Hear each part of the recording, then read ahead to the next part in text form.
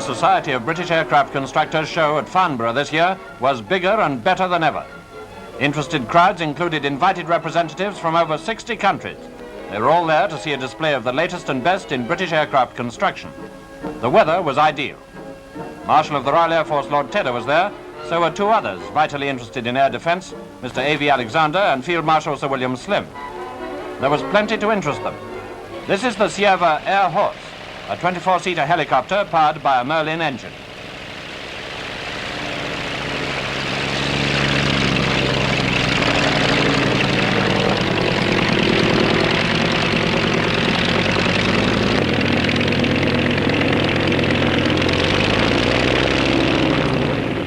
Outstanding among the bombers was the Canberra B-1 made by the English Electric Company, a medium-range turbojet of tremendous speed and maneuverability.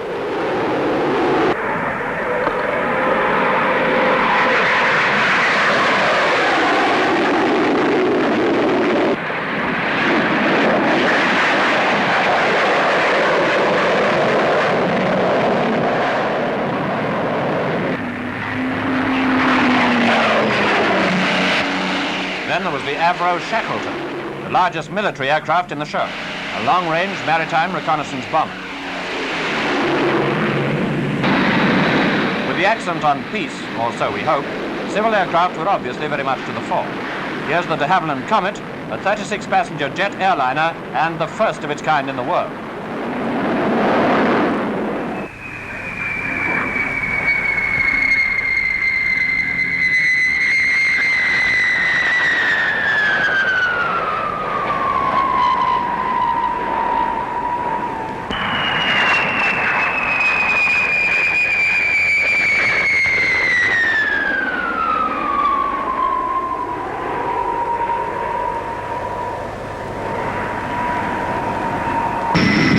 Vickers Viscount, already on order by British Airlines and powered by turbo propellers, gave a spectacular display with two engines stopped and feathered.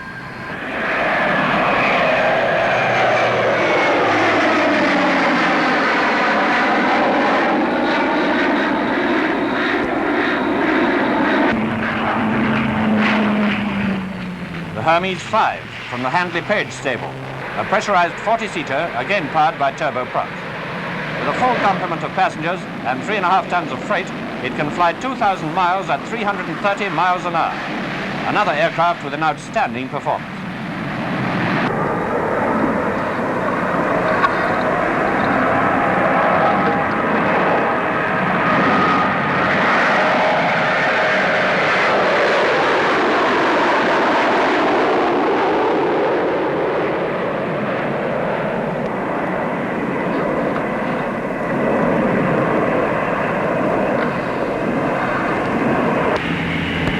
The Apollo fills the gap between feeder planes and the larger machines.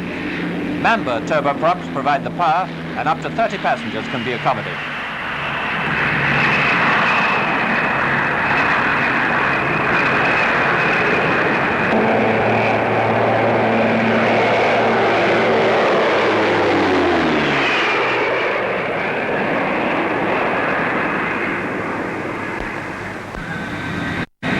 Still more turboprops. This time in Handley Page Malcolm II, a feeder aircraft.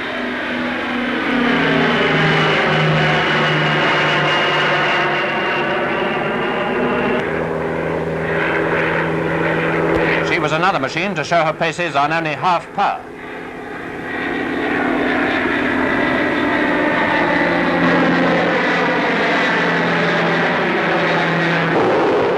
But perhaps the most spectacular performances were put up by the smaller types. Here's the DH-112, the Venom, a development of the famous Vampire.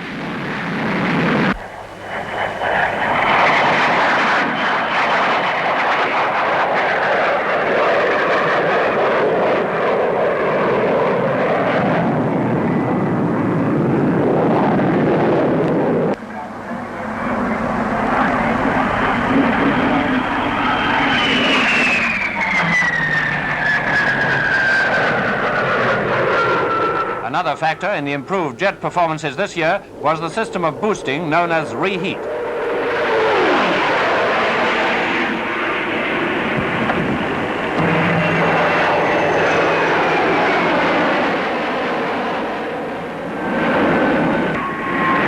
Venom's twin sister, the DH-113, intended for night fighting. The main difference being the twin seats, which provide for a pilot and radar operator.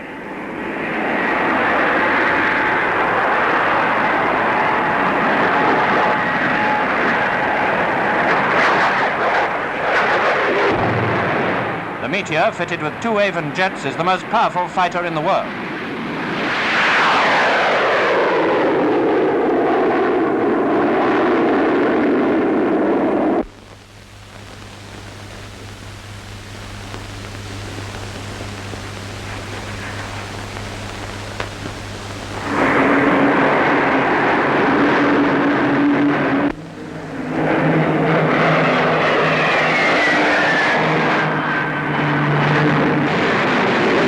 One of the very latest, a Hawker P1052 powered by a Rolls-Royce Neen turbojet.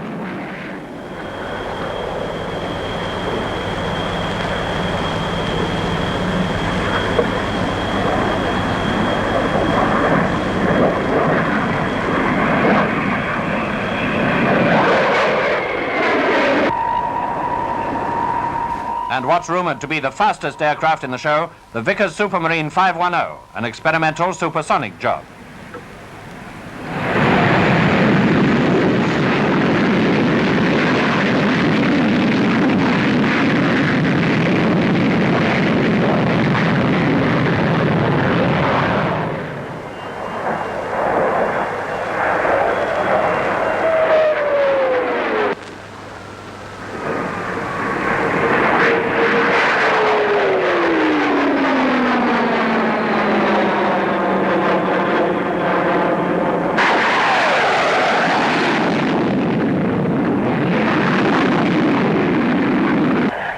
Among the most interesting was the Avro 707, another experimental machine which has become known as the Flying Triangle because of its delta fall.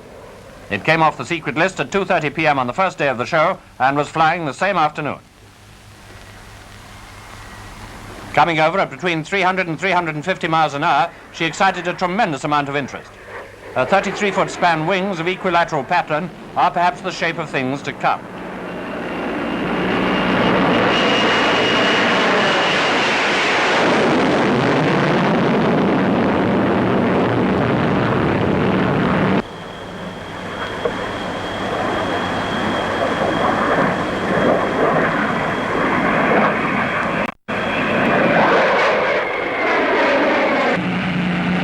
There were 2 distinguished visitors. The short Solent flew just over the heads of the spectators, an impressive and frightening sight.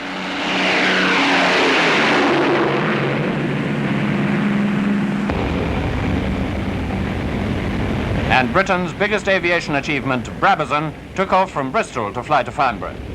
When 130 tons of aircraft takes off, it makes a suitable subject for a close-up.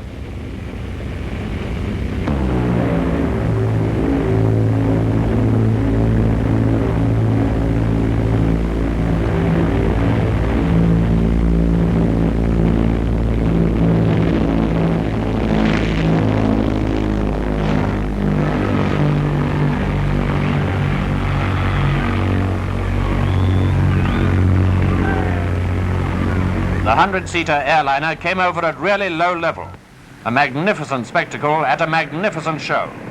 In fact, the greatest air show the world has yet seen.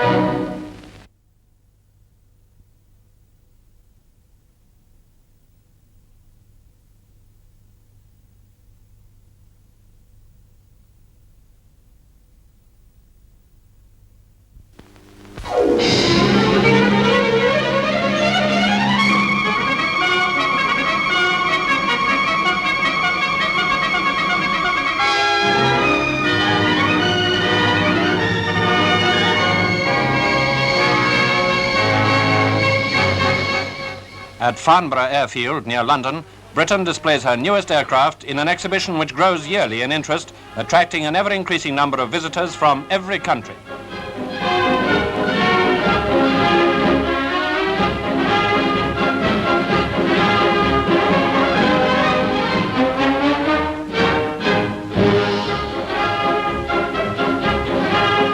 58 aircraft are on show, many for the first time. Detailed information on the performance of some of them is of course still on the secret list, but aviation experts acclaim the British machines as the finest aircraft of their types in the world.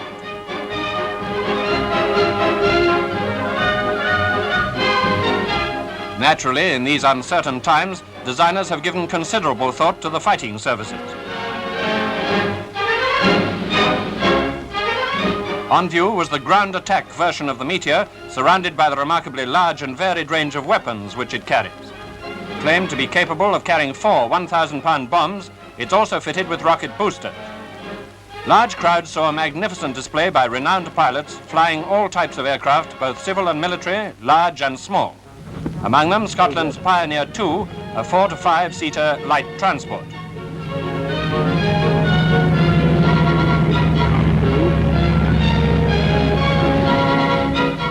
Another flighty little 4-seater, the Auster Eaglet, which you can buy for just over £1,000 or $3,000.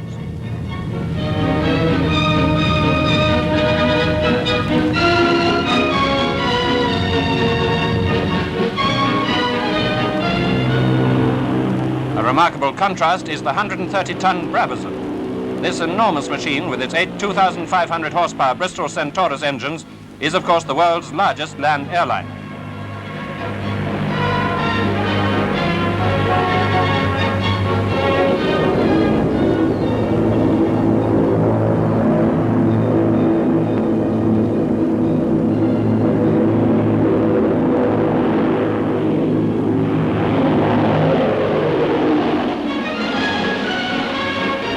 And here's Britain's biggest air transport, the 4-engine Blackburn Universal Freighter, capable of carrying a small bus or other sizable vehicles such as heavy trucks or even bulldozers.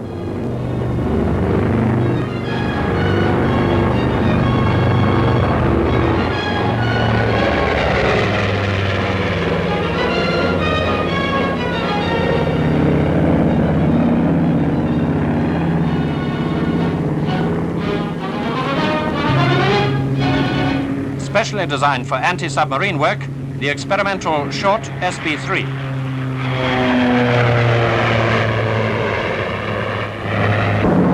Housed in that peculiar-shaped nose is the latest detection gear.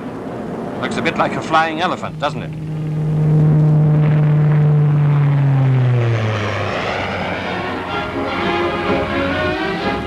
Serving as a feeder liner is a beautifully shaped aircraft, the new de Havilland Heron.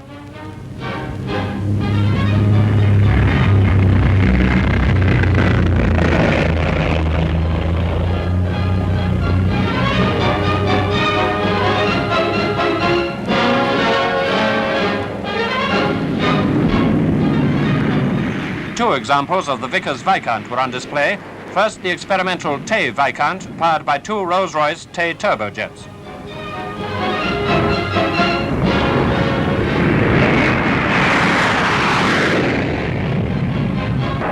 Then there was the Viscount 700. This 50-seater medium-range airliner with a cruising speed of 312 miles an hour is powered by 4 turbo-propeller engines. She's here seen flying with 3 of them feathered. Originally intended for service on the European route in 1952, owing to heavy holiday traffic during the summer of 1950, the prototype was brought into service on the Paris run nearly 2 years ahead of schedule. Still supreme, the world-famous long-range jet airliner de Havilland Comet has a cruising speed of 490 miles an hour. It's in production for BOAC and Canadian Pacific Airlines.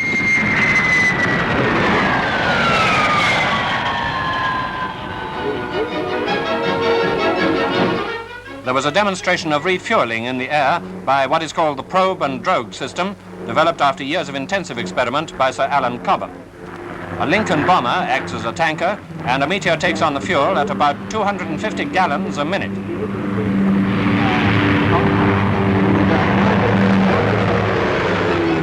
An automatic cutoff prevents loss of fuel when the 2 aircraft separate. Now the process is repeated. Flight refueling may be one of the most significant modern developments in aviation, with far-reaching effects in both civil and military fields.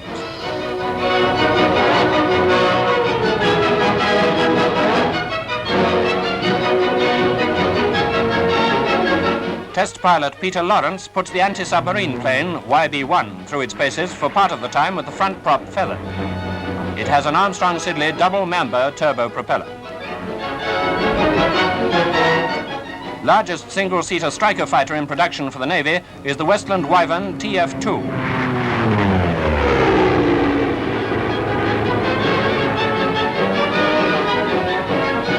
Armed with cannons in the wings and carrying a torpedo externally under the fuselage, the Wyvern is the latest example of the recent naval policy of employing single-seater aircraft.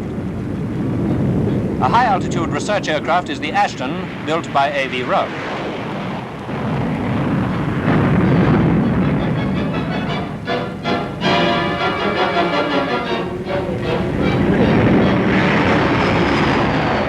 It has 4 Rolls-Royce Nene turbojet engines and a speed of over 400 miles an hour.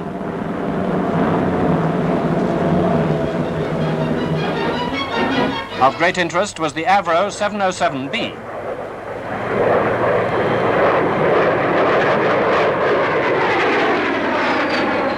This Delta Wing research aircraft, known to the public as the Flying Triangle on account of its shape, is one of several experimental types which may succeed in revealing fresh possibilities in high-speed flight.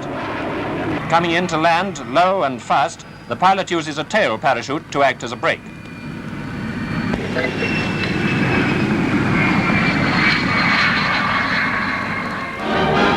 Wimpy Wade, chief test pilot of Hawkers, flies the P1081 fighter with its Rolls-Royce Nene turbojet engine.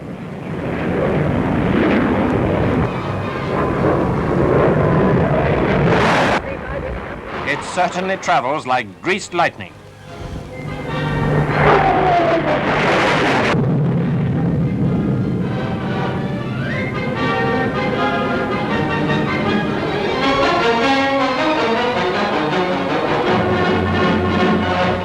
The Vickers 535, flown by Mike Liscoe, an experimental fighter also powered by a Nene turbojet engine, may be even faster than the 1081.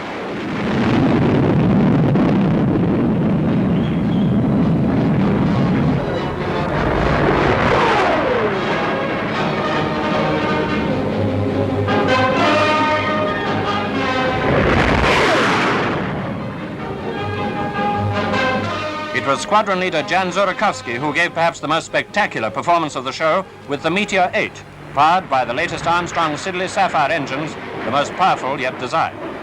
He climbed to 40,000 feet in the incredible time of about 3 minutes.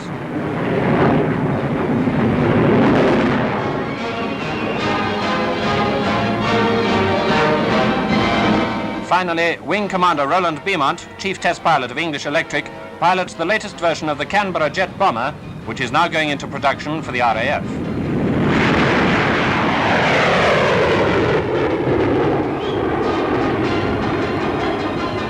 The first high-altitude light jet bomber, it's powered by 2 Avon gas turbines and has a remarkable turn of speed and maneuverability.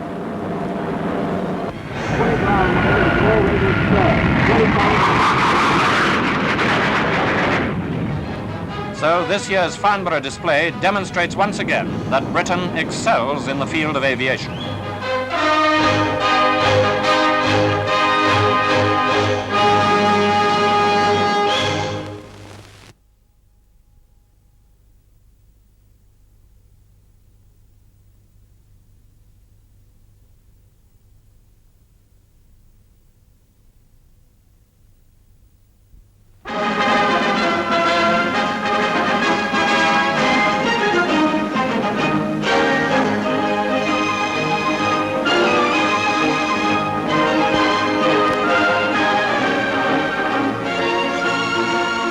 Farnborough, 1952.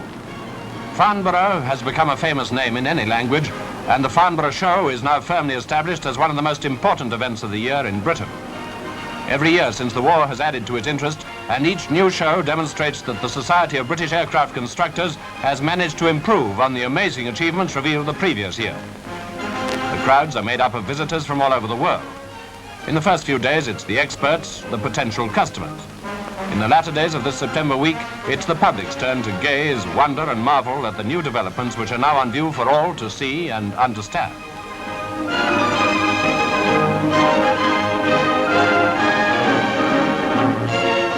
And how many astounding new developments there are. If it was only for the advent of the new Bristol Britannia, the year would have been notable. But in addition, there's the new Delta wing aircraft, the habitual piercing of the sound barrier, and the introduction of the Comet on the air routes of the world. One of the visitors particularly interested in what he saw was His Royal Highness the Duke of Edinburgh. Now for some miscellaneous camera impressions of the flying display, the civil aircraft first. Here's the de Havilland Heron, a 14 to 17-seater in production for airlines all over the world from Japan to Norway. The Eaglet Trainer being thrown about by its pilot, Ronald Porteous. She's a 3-seater product of Auster aircraft designed for flying schools and clubs. In these days of supersonic speeds, it's rare, isn't it, to see aerobatics at such close range.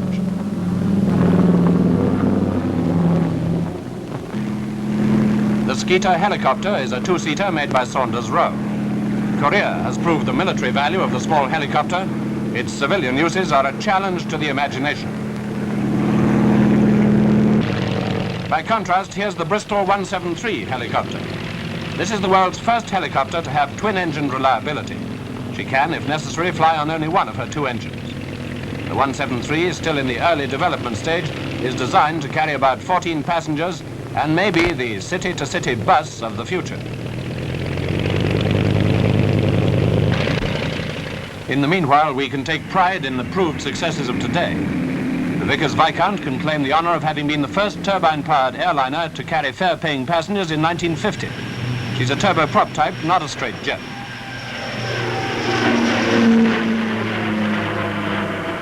More than 50 are now on order for the airlines, including 26 which will fly on the continental routes of British European Airways, carrying up to 53 passengers. You can see how easily she maintains height with 3 of her engines stopped.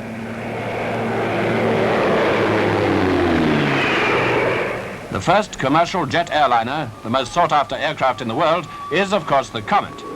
That's the Comet being used as a test bed to demonstrate, experimentally, rocket-assisted takeoff with the Sprite. Here we show a Canadian Comet due for delivery to Canadian Pacific Airways.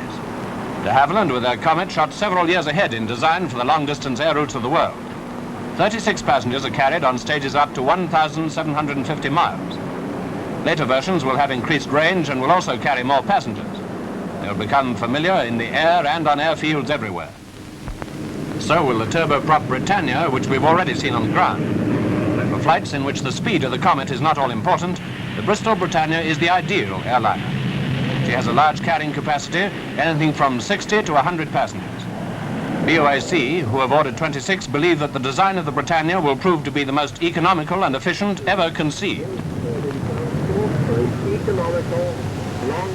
A lovely, graceful machine, her evolution ranks as a milestone equal to the regular services of the Comet. In that evolution, as in the development of all successful aircraft, the test pilot plays an enormously important part. Farnborough this year poignantly emphasized the hazardous nature of the test pilot's contribution. Here are a few who put on the marvelous show which this film is trying to picture for you. Pegg, Britannia. Trubshaw, the Viscount. Bryce, Vickers Valiant. Tyson, Princess Flying Boat. Beaumont, Canberra Trainer. Lithgow, Vickers 508. Cahoon, the Supermarine Swift. Falk, the Vulcan. Waterton, the Gloucester Javelin. The late John Derry of the de Havilland 110 with his observer Tony Richards, the 2 men who were killed in the distressing crash. And Neville Duke, the Hawker Hunter. The launching and successful first flight of the long-range Saunders Roe Princess Flying Boat had been one of the big aviation events of the summer. Now the huge vessel wings proudly over Farnborough on her 10 engines. 4 of the turboprop engines you can see are coupled units. Her accommodation for 102 passengers could be converted to carry 250 troops if need be.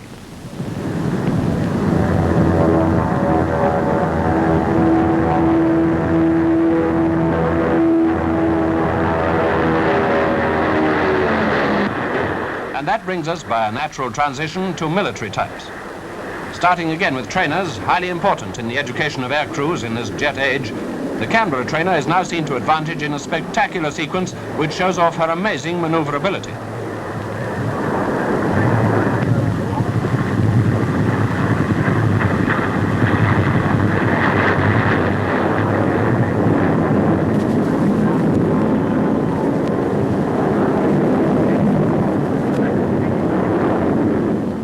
No wonder the Canberra has caught on in the United States and is being built in Australia as well. A creation of the English Electric Company and also being built by such well-known firms as Shorts, Handypage and A.V. Rowe, she is now being supplied to the Royal Air Force.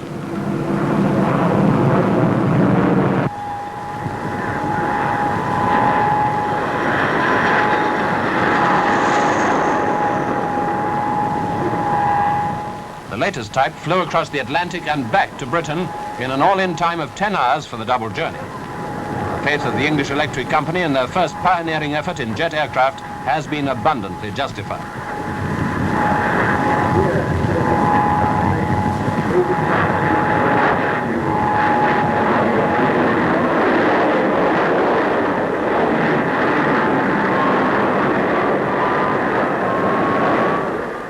A new phrase, super priority, has been invented for Britain's rearmament drive, and in super priority production for the RAF is the Supermarine Swift.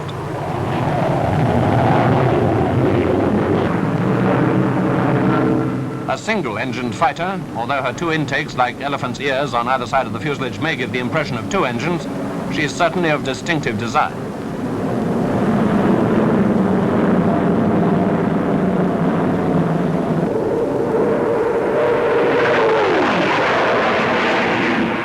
She has a London to Brussels record to her credit, averaging 665 miles per hour for the 200 miles. That is completing the journey in just over 18 minutes. The most revolutionary fighter in super priority production for the RAF is the twin-engined, delta-winged Gloucester Javelin. She's a two-seater, long-range, day and night fighter, radar-equipped, capable of flying faster than sound.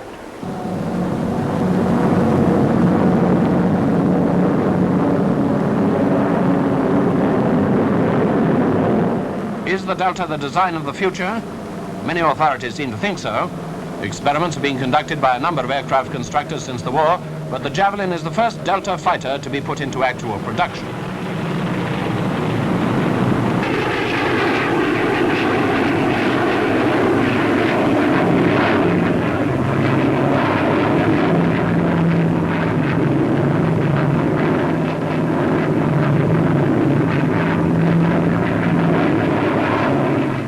Resembling those paper darts with which boys at school amuse themselves, you might think that she had her own peculiar quirks and tricks which would require patient study to understand and master. But according to her test pilot, the Javelin's flying and handling characteristics vary little from those of the conventional plank-wing aircraft.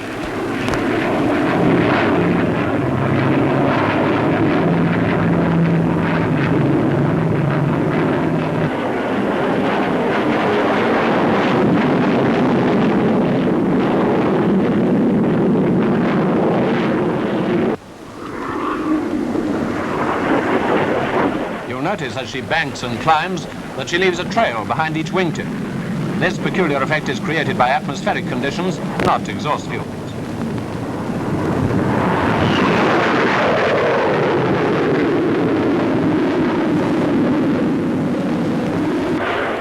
The Valiant is an old friend from the previous year. She was ordered by the Air Ministry straight from the drawing board and first flew in May 1951. With her 4 Rolls-Royce turbojet engines, she's believed still to be the most formidable bomber of her class in the world and is, of course, capable of carrying an atomic weapon. One of the great achievements of the firm of Vickers Armstrongs and, of course, in the super priority class.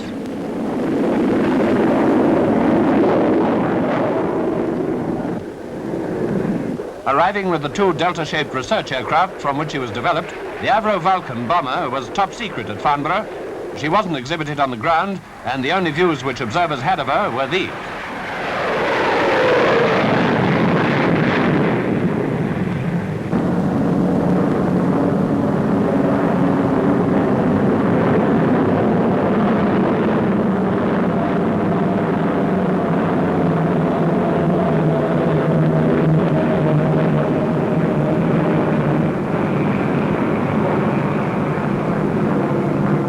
like the Javelin, she may represent the shape of things to come. Experts say the Delta design is certain to give great speeds over longer ranges at higher ceilings with maximum economy of operation.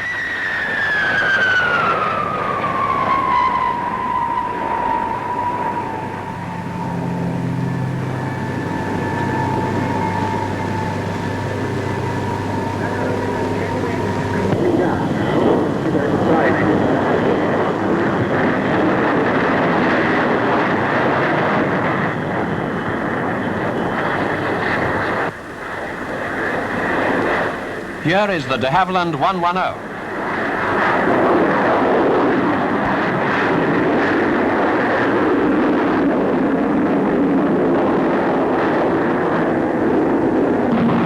John Derry regularly on successive days put this twin-engined multi-purpose fighter into a supersonic dive.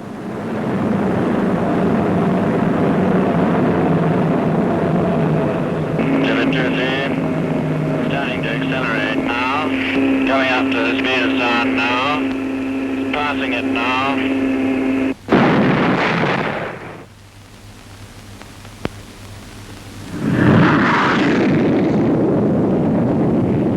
On one occasion, the Minister of Defence, Lord Alexander, was there to see him do it.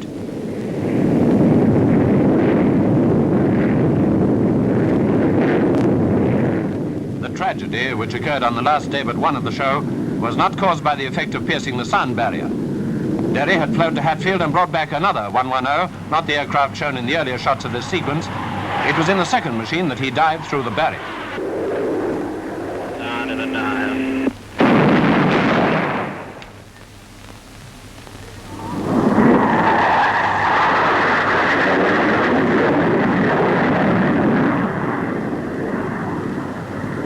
Then he straightened out and circled the aerodrome.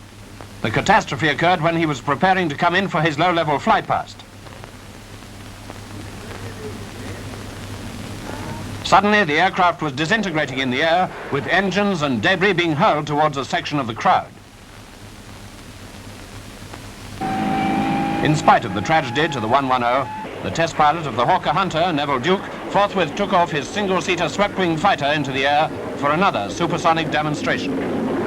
It was in a way a tribute to John Derry that his fellow test pilot paid in carrying on immediately with the activities which they had both pioneered. So the Hawker Hunter, which is also in super priority production for the Royal Air Force, shows off her dazzling qualities before the Farnborough crowds.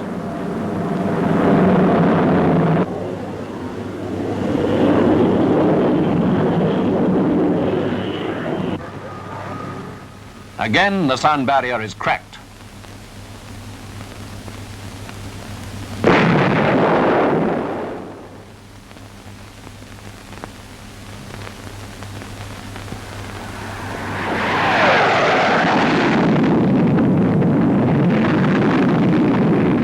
The Hawker Hunter, faster than the American Sabre or the Russian MiG-15, is the lineal descendant of the famous Hurricane.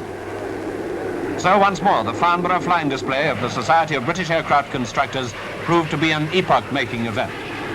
There had been tragedy, which had served as a reminder of the courage of pioneers, but the overriding impression was of new advances in the story of man's mastery of the air.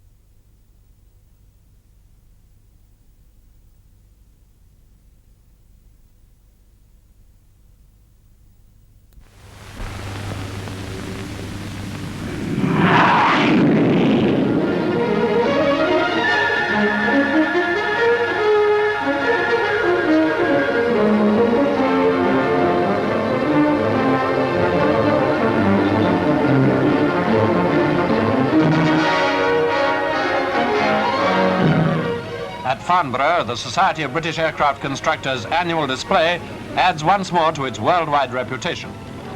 1953 was a year of consolidation with emphasis on production models rather than prototypes, and above all, it showed the British industry's capacity and determination to export.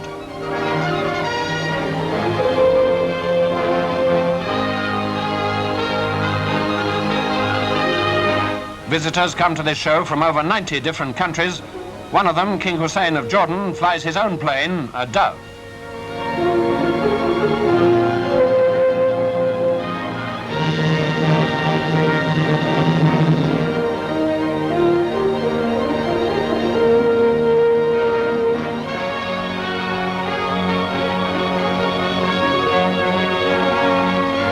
The sounds and shapes of the jet age are here in all their variety. Here's a study in tailplanes, for example.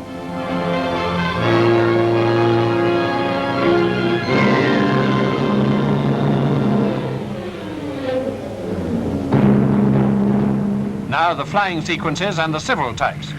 First, the Vickers-Viscount, the world's first turboprop airliner. Familiar now to all air travelers in Western Europe where it's in regular service. And the helicopters. Here's the Bristol 173 or rotocoach with twin engines. The pilots demonstrating its ability to use small enclosed spaces. This year, the 173 appears in new form with small stub wings which take 30% of the load off the rotors. The Auster Eaglet, the light aircraft par excellence. Cheap to buy and the sort of aircraft which is popular with farmer and businessman. This model has dual controls for training.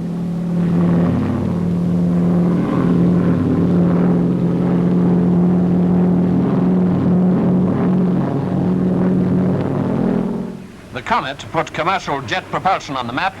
The Comet 2, seen here, has more powerful engines and a greater range than the earlier model. It carries 44 passengers on stage lengths of over 2,000 miles and will soon be taking the South Atlantic in its stride. This large new freighter, the Blackburn Beverly, may look cumbersome in the air, but it carries over 20 tons of freight and can operate from small airfields with grass runways. It's on order for the Air Force, and commercial types are also being developed.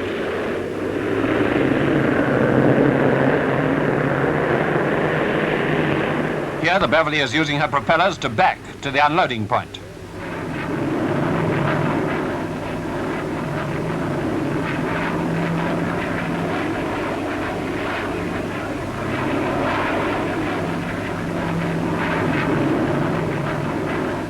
The Princess flying boat, making a slow-speed fly-past over the runway, is fitted with turboprop engines of the same basic type as those in the Britannia.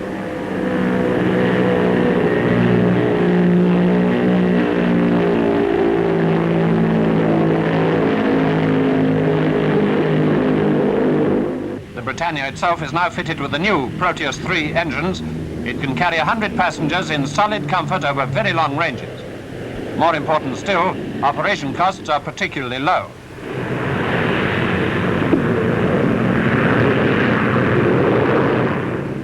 As the Britannia is brought into land, you get a glimpse inside the control tower.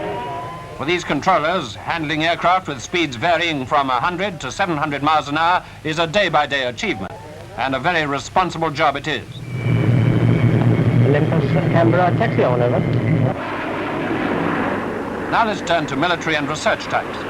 Since the Canberra became the first British jet bomber to fly, she's added quite a string of firsts and records to her name. Here in a particularly spectacular climb is the Olympus Canberra, which holds the world's height record, 63,668 feet. The Canberra is being built in the United States and Australia as well as in Great Britain, and she's also in service with the Venezuelan Air Force. The DH-110 is under development for the Royal Navy. Although not a newcomer to Farnborough, it's worth noting the maneuverability of this two-seater aeroplane, which has beaten the sound barrier with no trouble at all on numerous occasions.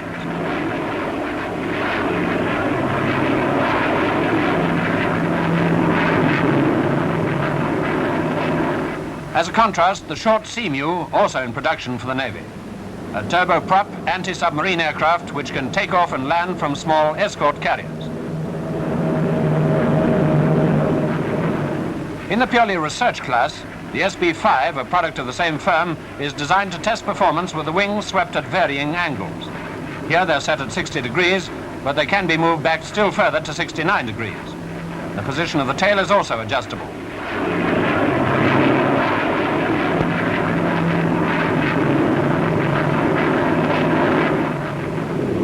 Another research aircraft, the Bolton Paul 111A, a very fast little delta wing type. Head-on, it has a rather grim appearance.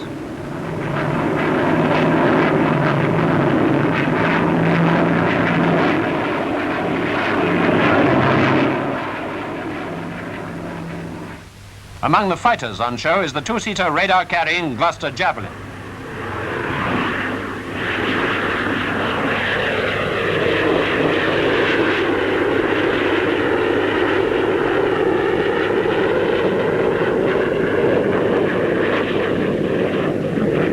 Here it demonstrates its astonishing rate of climb.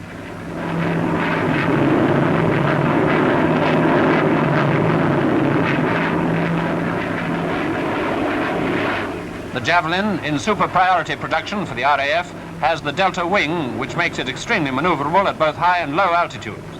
It's powered by two Sapphire engines.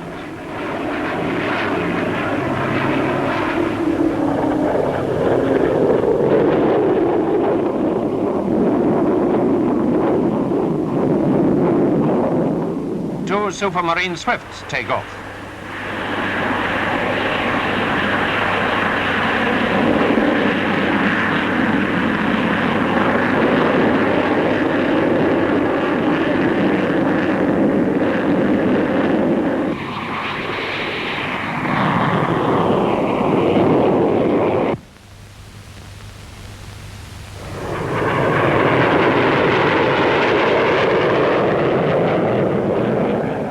Speed, climb and firepower, the Swifts are important newcomers to the fighter strength of Western Europe, and that's probably the impression formed by General Grunter, Supreme Commander of Shape.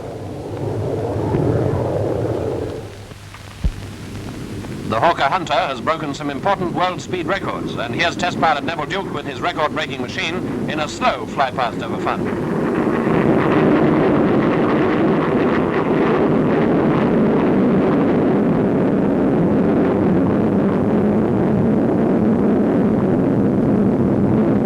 Hunter, like the Swift, is in super priority production for the RAF, and it's also been built under license in Holland and Belgium.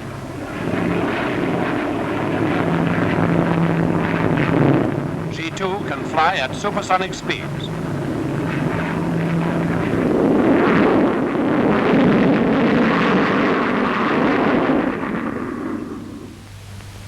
That's one of the shock clouds characteristic of sonic flight.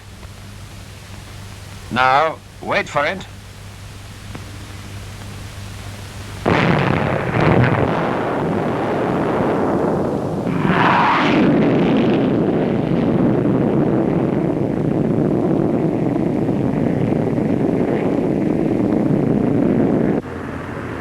The Handy-Page Victor, another new aircraft on show at Farnborough for the first time, is Britain's latest V-bomber to go into production.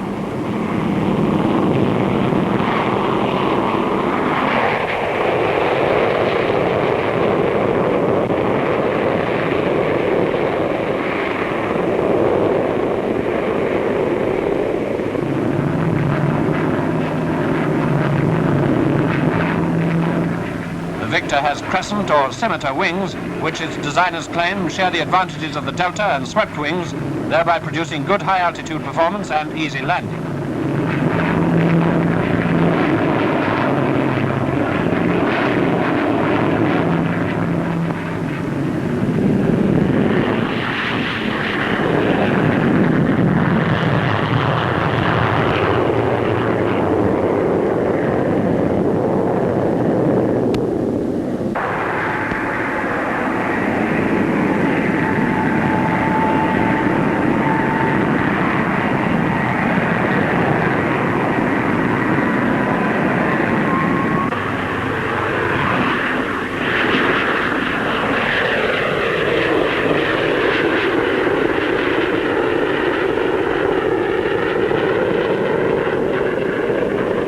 Vickers Valiant was the second V-bomber on show.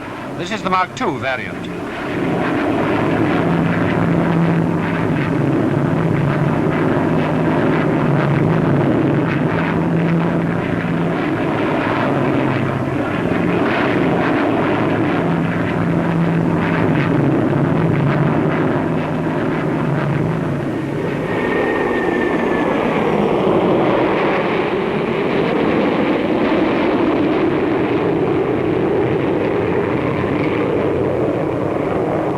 Now the third V-bomber, the Vulcan.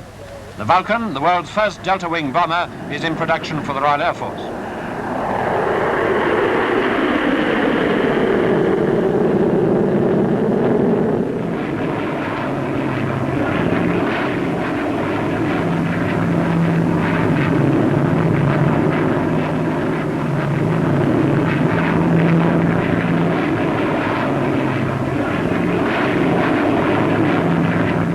Here we see the first two Vulcans taking the air.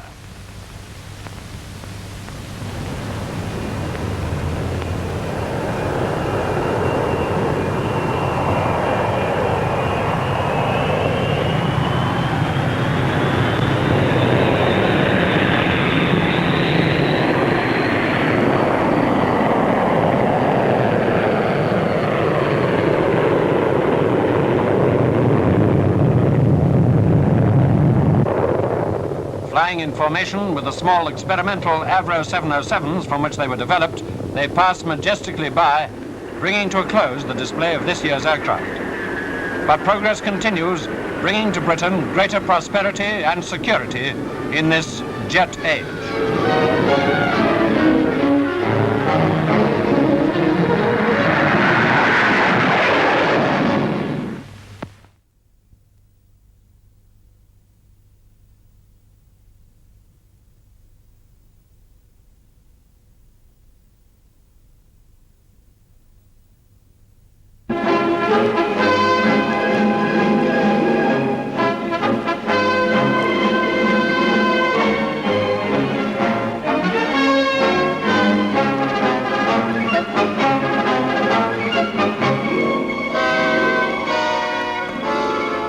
First, a pilot eye view of the 1955 Farnborough show, with the giant wings of Britain's big bombers dominating the scene. This was the 16th display by the Society of British Aircraft Constructors, and as always, it was a display that people from all over the world wanted to see.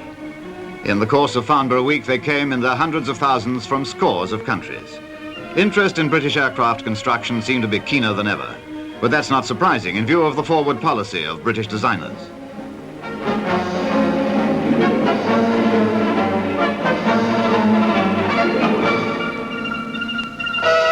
Among distinguished visitors to the display was America's General Grunter, Supreme Commander Allied Powers in Europe. The First Sea Lord, Admiral Lord Mountbatten. Prince Bernhard of the Netherlands, himself an expert pilot, had flown over. The Italian Foreign Minister was another of many important overseas visitors. And here's Mrs. Pundit, India's High Commissioner. Everyone who went to the show certainly found plenty to see and examine. The assembly of aircraft was comprehensive, from the supersonic experimental to the brand new utility. Military aircraft were prominent, with emphasis on attack. All shapes and sizes were on view, from a new look in fighters to the latest V-bomber. Yes, details of aerodynamic design provided a fascinating study at the static display. One of the most easily spotted of the aircraft being the Victor with its lofty tail unit. Then, streaking out of the clouds, the Comet opens the fly past. Development work on this aircraft is leading to the new Comet 4. Powered by 4 Rolls-Royce Avon jets, this aircraft will fly from London to Johannesburg via Cairo and Nairobi in just over 15 hours.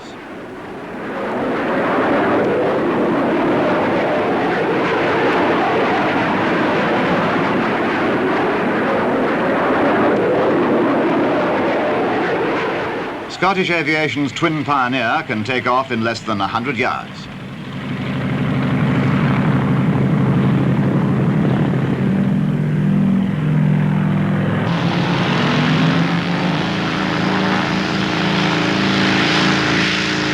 This new version of the Pioneer is a 14 to 16-seater transport with a speed range of 50 to 180 miles an hour. It's capable of one-man operation, but has provision for a second crew member and flies stage distances of up to 500 miles. The Twin Pioneer shows its extreme handiness by its short, slow-speed landing. The brilliant success of the Vickers Viscount is well known. This magnificent aircraft opened the world's first scheduled turboprop airliner service. Nearly 250 have been ordered by 28 different operators in Britain and overseas. The Bristol Britannia made a most impressive showing at Farnborough. Powered by 4 Proteus turboprop engines, the Britannia 100 is designed to carry 90 passengers over Commonwealth routes. A later version will fly from London to New York non-stop. Now in full production, it should have a great future.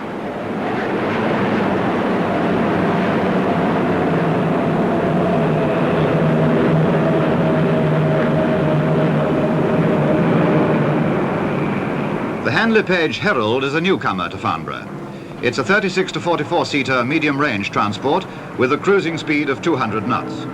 29 have already been ordered by 3 operators, one of which is Queensland Airlines.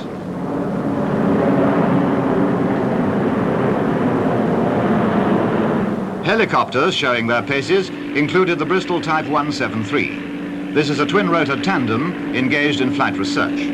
Forward or backwards, it makes no difference to the 173.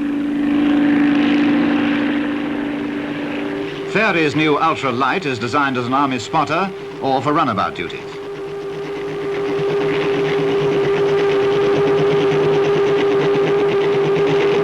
As in the case of the Ultra Light, so in another new Fairey product, the Jet Gyrodyne, a research helicopter, the rotor is driven by compressed air jets at the blade tips. In cruising flight, most of the Gyrodyne's power is transferred to 2 propellers on the stub wings. The Saunders Roe Skeeter 6 is a 2-seater light helicopter designed for civil use. It's powered by a Gypsy Major engine and has a maximum speed of 100 miles an hour. Helicopters, of course, are coming more and more into the picture. Sir Anthony Eden adopted this most direct and convenient form of transport when he came to inspect the Farnborough show. The Prime Minister was starting a tour of service establishments, and he made a point of getting plenty of close-ups here.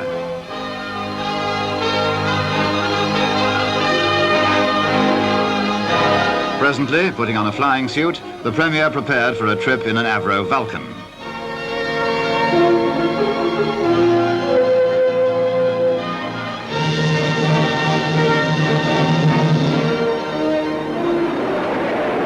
This aircraft is the world's first Delta Wing 4-jet bomber. It's due to enter squadron service in RAF Bomber Command next year.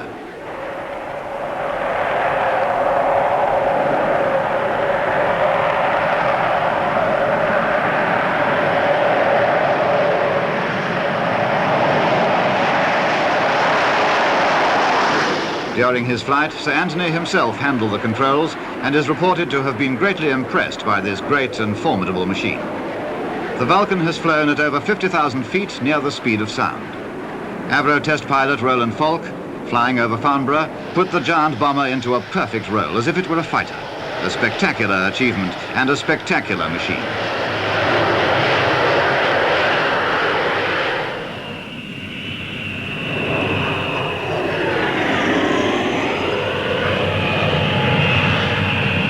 The Avro Shackleton MR3 flew over with 3 of her 4 engines feathered. Short Seamews, 2-seater light anti-submarine aircraft, flew past in formation. And here, installed under an Ashton, is the Rolls-Royce Conway bypass engine, a major advance in gas turbine technology. Now the de Havilland Jaren, claimed to be the most powerful type-tested engine yet announced, mounted experimentally in the Sperry.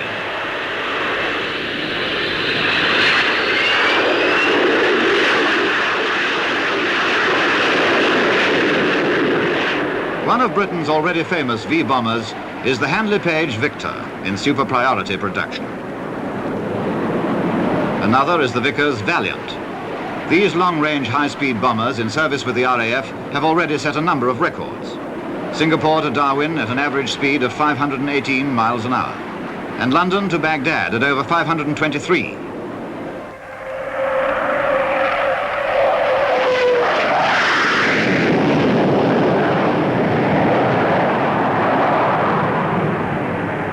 The Avro CF-100 is a 2-seater long-range all-weather fighter.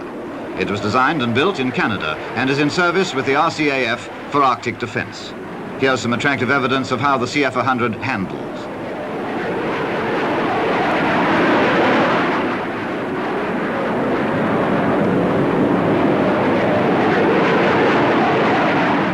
spectators presently had a particular thrill when they saw the English Electric P-1, the first British aircraft to exceed the speed of sound in level flight. Now Squadron Leader Tennant prepares to take up the Folland Nat-1, a development of the Midge.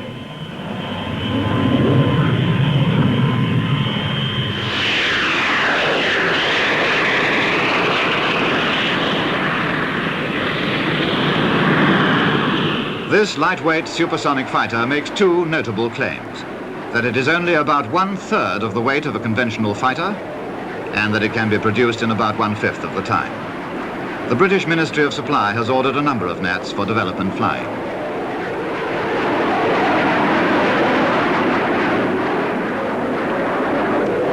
An increasingly common practice with high-speed aircraft is followed by the Nat, the use of a parachute brake when landing.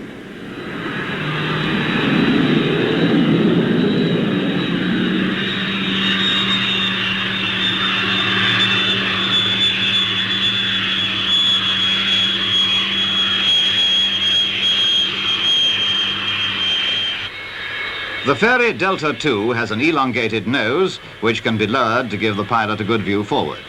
In this case it's being raised and the pilot takes off with the nose in normal position. The Delta II is yet another research aircraft probing into the future. It's capable of supersonic speed in level flight and has exceptionally thin wings.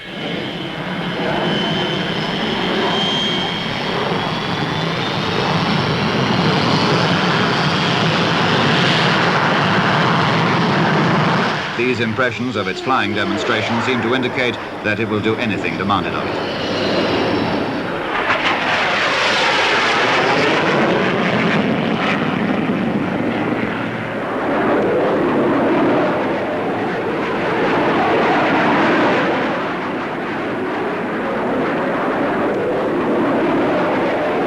Coming into land, the nose is lowered. And once again, parachutes slow down the landing run.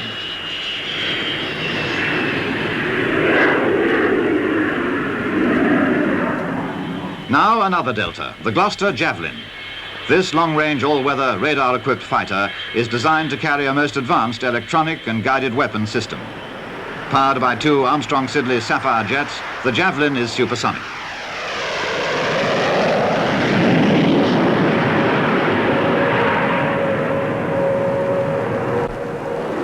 Finally, to round off this great show, the Hawker Hunter. The Hunter F4 can be equipped with plastic drop tanks, 100-gallon tanks that don't affect the aircraft's handling qualities. It also has special attachments for underwing weapons.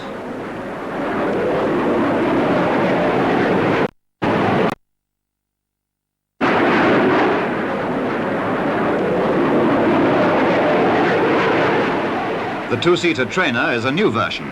On order for the RAF, it's undergoing intensive development.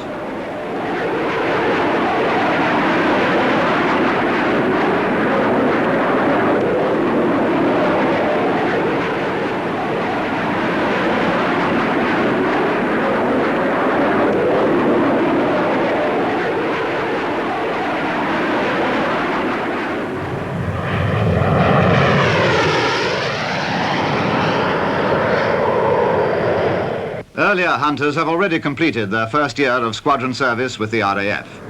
Meanwhile, Hunter export orders have passed the £120 million mark, surely a great tribute to its quality.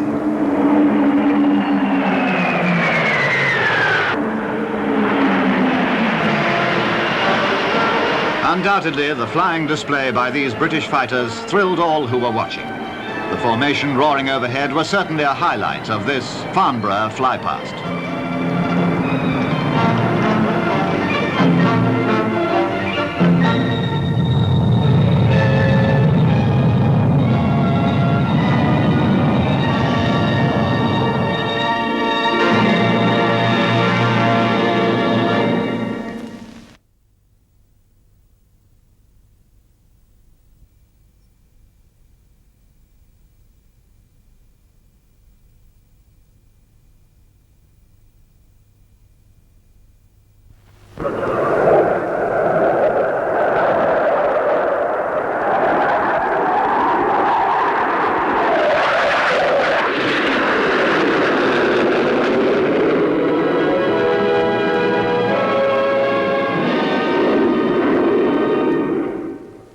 It's 10 years now since the British aircraft industry decided to hold its annual show at the Royal Aircraft Establishment at Farnborough. Similar displays had been held since 1932, but it's at Farnborough that the show has attained its full stature.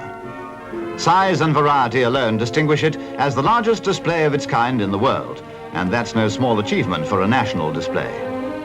But it's a national display with an international interest, for Farnborough has become an established link between the industry and world export markets.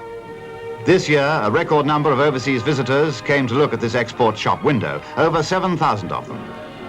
Already in 1958, almost 50% more of the industry's products had been sold overseas than in the same period in 1957, itself a record year.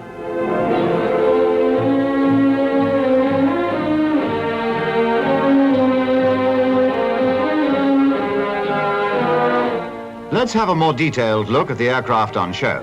The Westland Westminster in its first public appearance. One of the largest helicopter projects ever undertaken in Britain, this version is an aerial crane for heavy loads. There's tremendous overseas interest in the Fairey Rotodyne. The first order from Canada could well mean another success story like that of the Viscount. Our cameraman gets his share of the reflected glory as he photographs Britain's most successful civil airliner.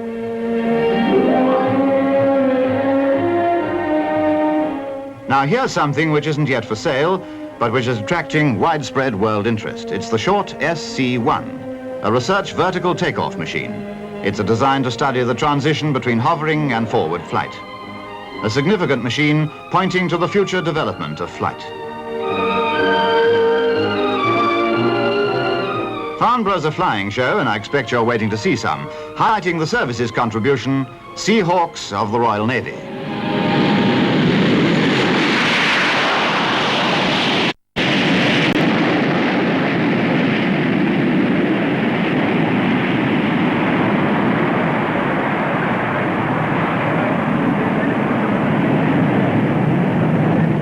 The flying teamwork of these mass displays is one of the most memorable features of the show.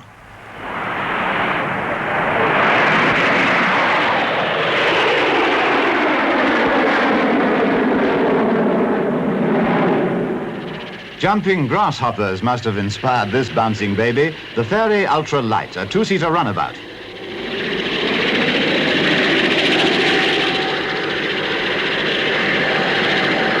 Its handiness is shown by the ease with which it takes off and lands on a moving lorry. With its first flight only a month or so earlier, the Saunders Roe P531 is Britain's latest helicopter. It's a five-seater general-purpose machine. Another Saunders Roe product, the Skeeter, seen here with the 531, has been bought by West Germany. The Westland Wessex, in production for the Royal Navy, is a very advanced anti-submarine helicopter. Have you ever seen a helicopter do this before?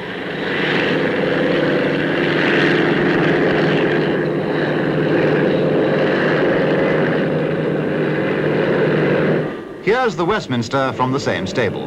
Looking like some predatory dragonfly, it's powered by two Napier Elan turbines. This is the utility version, which can lift a load of over 6 tons. As a passenger or troop transport, it has seating for 46, a really neat piece of engineering.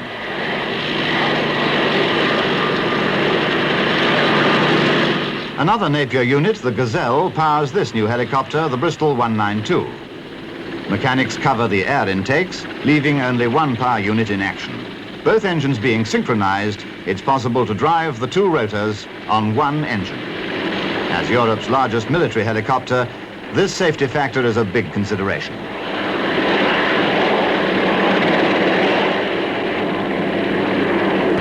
One of the brightest stars in the Farnborough firmament is really two machines in one. Fabulous is a well-worn word, but the Fairey Rotodyne gives it a new significance as the world's first vertical takeoff airliner. With the rotor idling, it flies like a fixed-wing aircraft. For takeoff and landing, compressed air from the two turboprop engines is ducted to pressure jets on the rotor blades. It's among the most dramatic machines ever shown at Farnborough.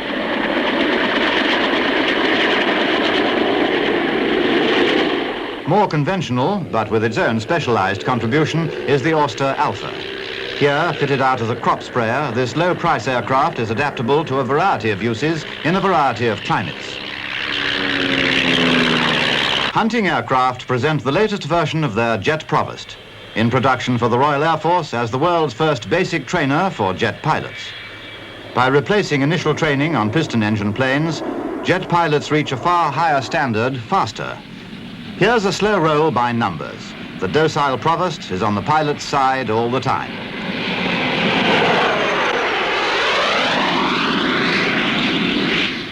Another easy handler is the Folland Gnat, a single-seater lightweight designed as an interceptor and strike fighter. The Gnat features ease of maintenance and cheap running costs. In fact, it's a jet fighter on a shoestring.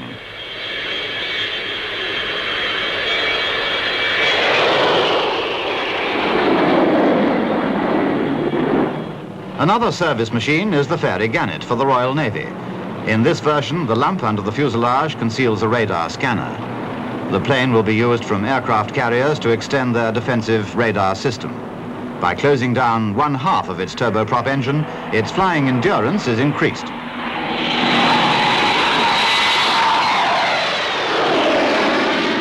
Now let's step up the speed with the well-named English Electric Lightning, or P1 as it used to be called. It's an all-purpose fighter ordered by the Royal Air Force. Its Rolls-Royce Avon jets give it a top speed of around 1,500 miles an hour, while it can be fitted with a rocket engine for high-altitude flying.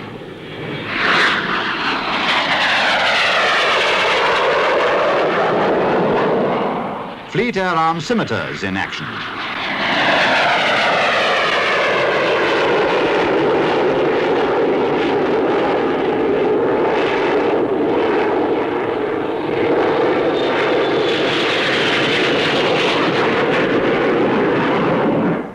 Hawker Hunters have been adopted by the air forces of Belgium, Sweden, Denmark, Peru, Iraq, Holland, Switzerland, and India. This is a Mark 8 two-seater, a special version ordered for the Royal Navy.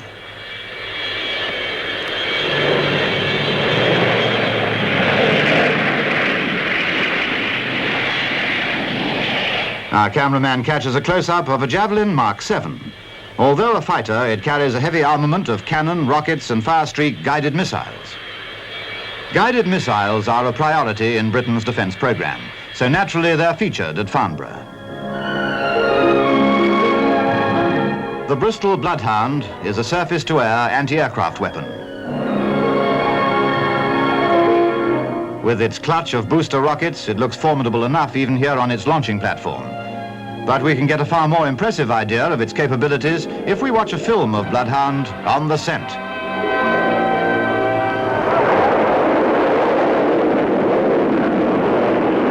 The boosters are discarded and the Thor ramjet engines take over. A radar beam projected from the ground is reflected from the target to a receiver in the missile. Bloodhound homes on this reflected signal. Here's the result.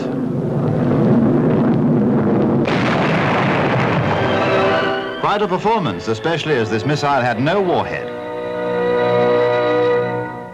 Black Knight is a ballistic rocket designed for research purposes. During this Farnborough show, we were to hear the dramatic announcement reporting that Black Knight's first flight in Australia had been an unqualified success. The single-stage rocket had shot into space right up to satellite height. One purpose of the exercise was to study re-entry from outer space.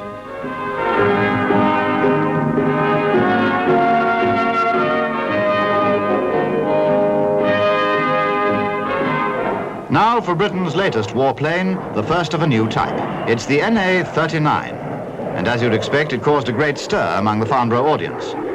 It's a low-level naval strike aircraft, powered by 2 Jaren Junior turbojets, and was designed as a carrier-borne aircraft.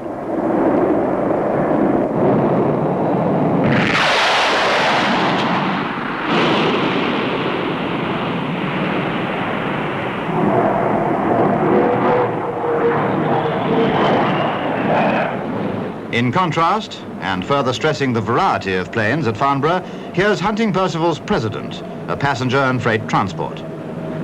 Britain's supremacy in the civil airline field is largely due to machines like the Vickers Viscount, the world's first turboprop airliner. The Viscount's success story is written in many languages, for some 350 are in service in 30 countries all over the world.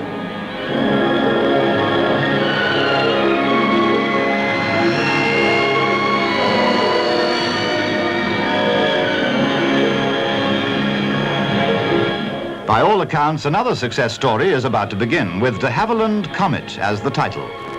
No civil airliner has undergone a more intensive testing program. This version is the 3B. Notice the effect of reverse thrust from the 4 Rolls-Royce Avon jets as the huge airliner touches down. It uses very little runway, surprisingly little for so heavy a machine.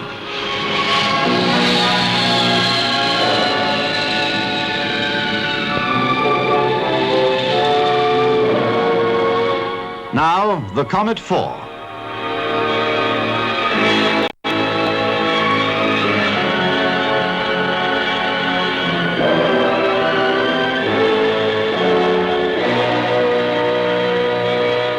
Soon after the Farnborough show, a Comet 4 completed the trip from Hong Kong to London in just over 16 hours, a record for the distance.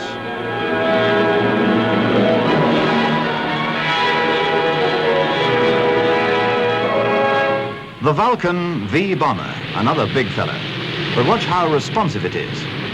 The Vulcan was the world's first 4-jet delta wing bomber, and it's a mainstay of Britain's V-bomber defense force. This latest version, the B-2, gives greater range, altitude, and performance.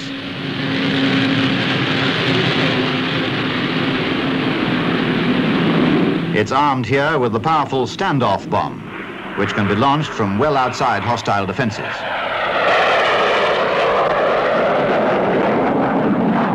Another of the V-bombers, and the biggest of them all, is the Handley Page Victor. It certainly looks businesslike, to judge from the sinister expression on its face.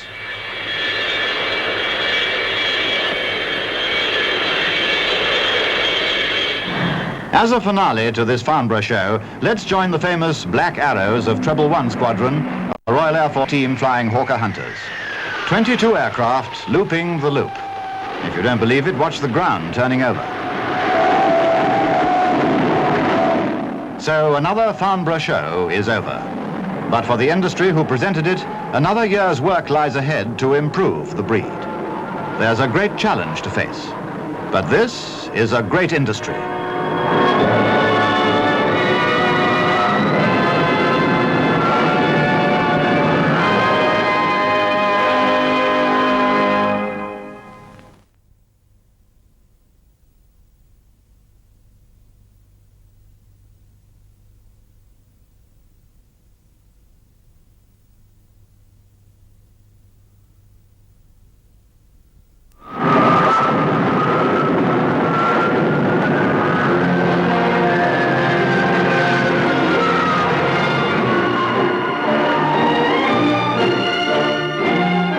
This is Farnborough, 1959, the 20th flying display and exhibition organized by the Society of British Aircraft Constructors.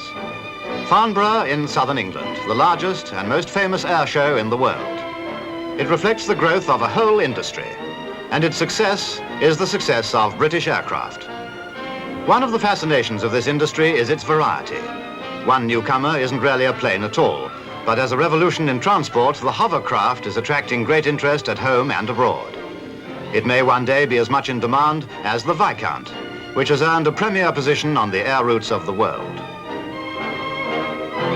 There's always a tremendous overseas interest in Farnborough, but never before has the show attracted so many visitors from abroad. Their numbers reflect the importance of the industry in world markets.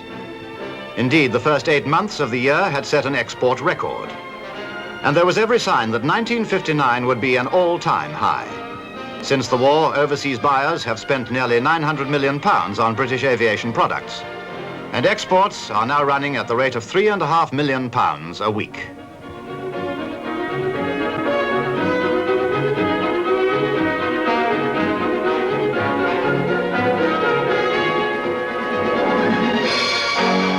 Here's the well-known Hawker Hunter. Besides earning £200 million worth of overseas orders, it highlights another significant function of the industry, that is to provide weapons to fulfill Britain's defense program. The missile display is a forceful reminder of the industry's rapid response to this program. The English electric Thunderbird, an anti-aircraft weapon in service with the Army. Another anti-aircraft missile, the Bristol Bloodhound, is playing a key role in the United Kingdom's air defense. Bloodhound is claimed to have the longest range of any missile of its type in the world.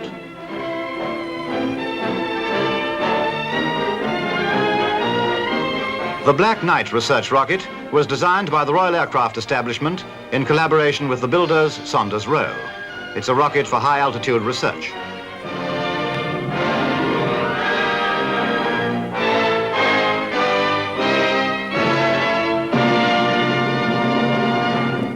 Now the flying display itself. The show lasts for 7 days, and the daily climax begins with the aircraft being towed out and made ready for flight.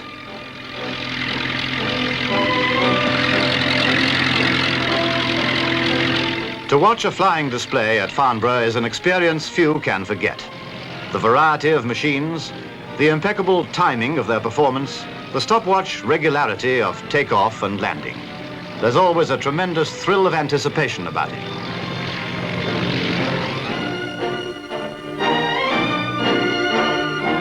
Over 350,000 visitors saw this year's display, and they had perfect weather for it too. First in the program is the Comet, and de Havilland's chief test pilot, John Cunningham, goes aboard to show off the 4B version to the waiting crowds.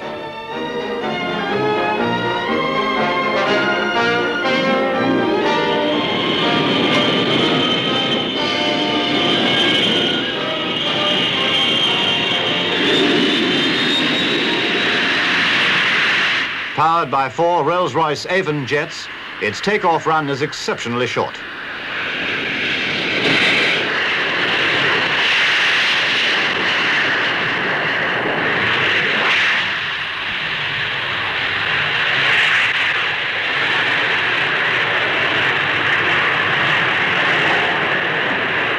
Let's go upstairs and get alongside the Comet in the air. This is one advantage of seeing Farnborough on film. Wearing the colourful new livery, British Europe operating early in 1960. The standard Comet 4 is already in service with BOAC and other airlines. The use of reverse thrust enables it to operate from quite small airfields.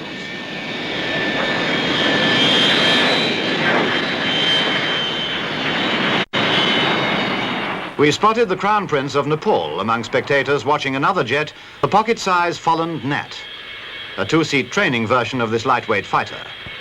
Incidentally, this prototype had only flown for 10 hours before its Farnborough appearance. It's a development of the single-seat fighter beyond.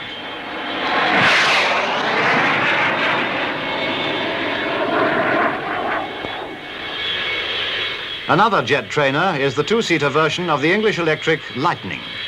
This machine first flew in the spring of 1959, and it has the same performance as the fighter version. In other words, it's fully supersonic. The single-seat fighter furthest from the camera has been ordered in quantity for the Royal Air Force.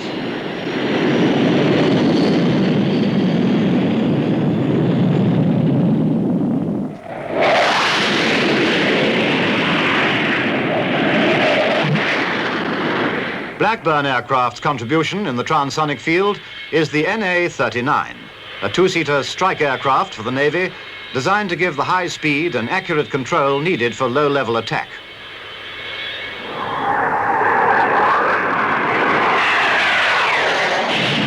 In its class, it's been described as ahead of any other aircraft in the world.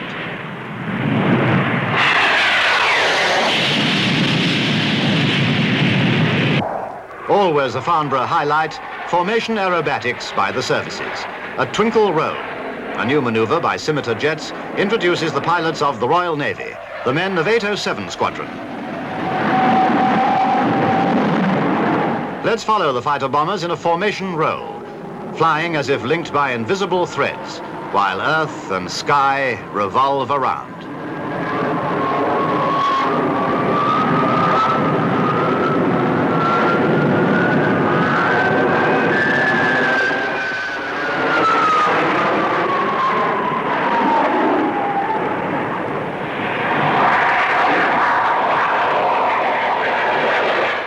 Now have another look at the hovercraft. Floating on a cushion of air supplied from an Alvis Leonides piston engine, it glides over land or water without touching the surface. Its potential as a cross-channel or river ferry has brought many inquiries from overseas, and its designers are hoping to follow this prototype with a version weighing 40 tons.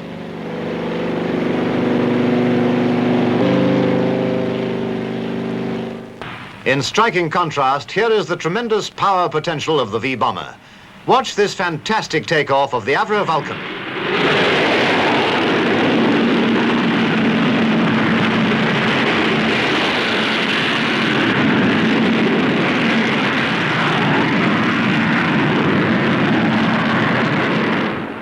This version, the B-2, is a development of the world's first four-jet Delta wing bomber. After a slow fly past, its four Bristol Siddeley Olympus jets hurl the huge machine into the sky.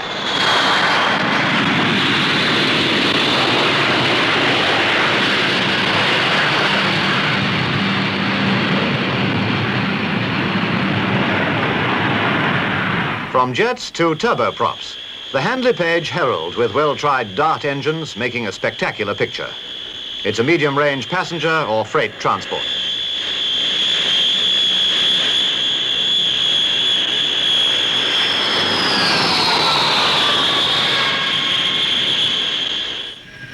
As for the brand new airliners at Farnborough, the largest is the Vickers Vanguard.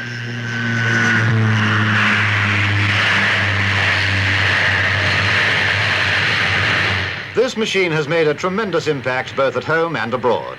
The reasons aren't hard to find. Vickers claim that its economy with Rolls-Royce Tyne engines could cut many passenger fares by 50%. Its design is the result of their experience with over 400 Viscounts.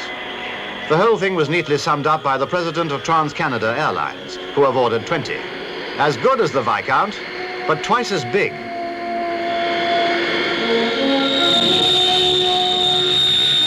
Another of 1959's newcomers is the Argosy Freighter Coach, a new design from Armstrong Whitworth for the rapidly expanding air freight market.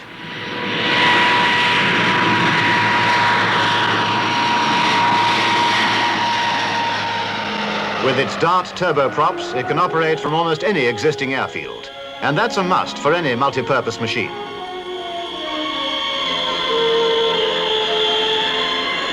The Argosy can carry nearly 14 tons of freight or 83 passengers. It can be used as an air ferry for cars and passengers, and there's a military version which has been adopted by the RAF. In whatever capacity, its great feature is economy.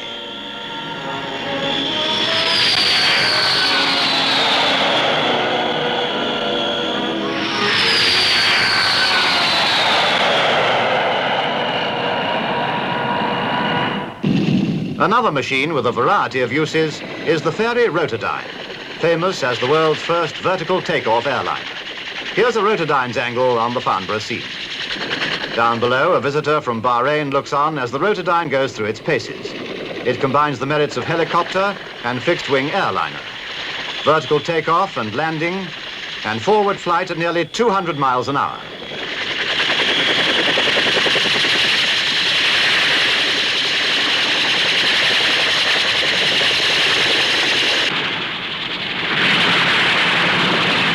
The production version will carry 65 passengers. Now, what's all this? A cabin full of nurses gives a vivid example of the capacity of this remarkable machine.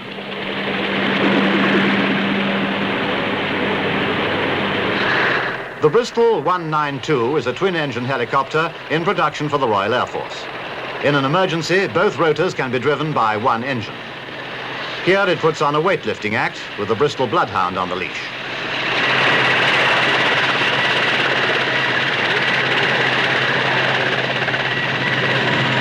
Led by the Westminster Flying Crane, here's Westland's helicopter cavalcade.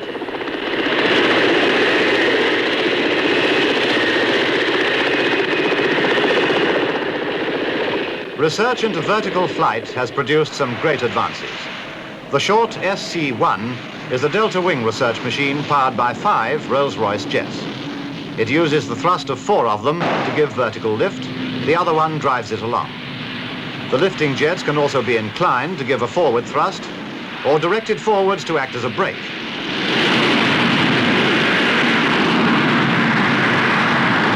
It's the first machine of its type in the world.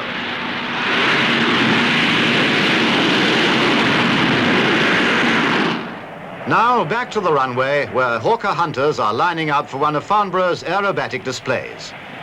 These are the men and machines of 111 Squadron Royal Air Force, known collectively and expressively as the Black Arrows.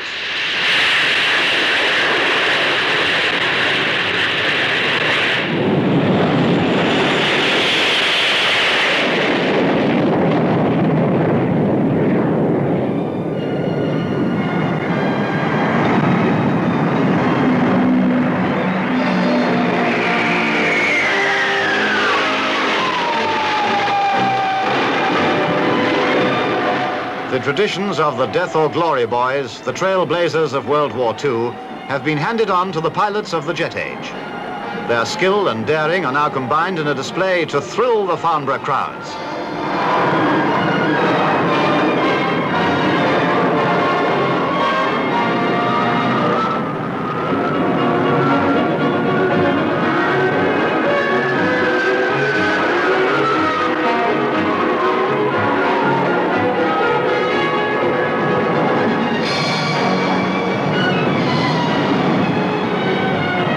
The Hunters dive in a spectacular bomb burst over the field. And we reach the finale of this Farnborough flypast.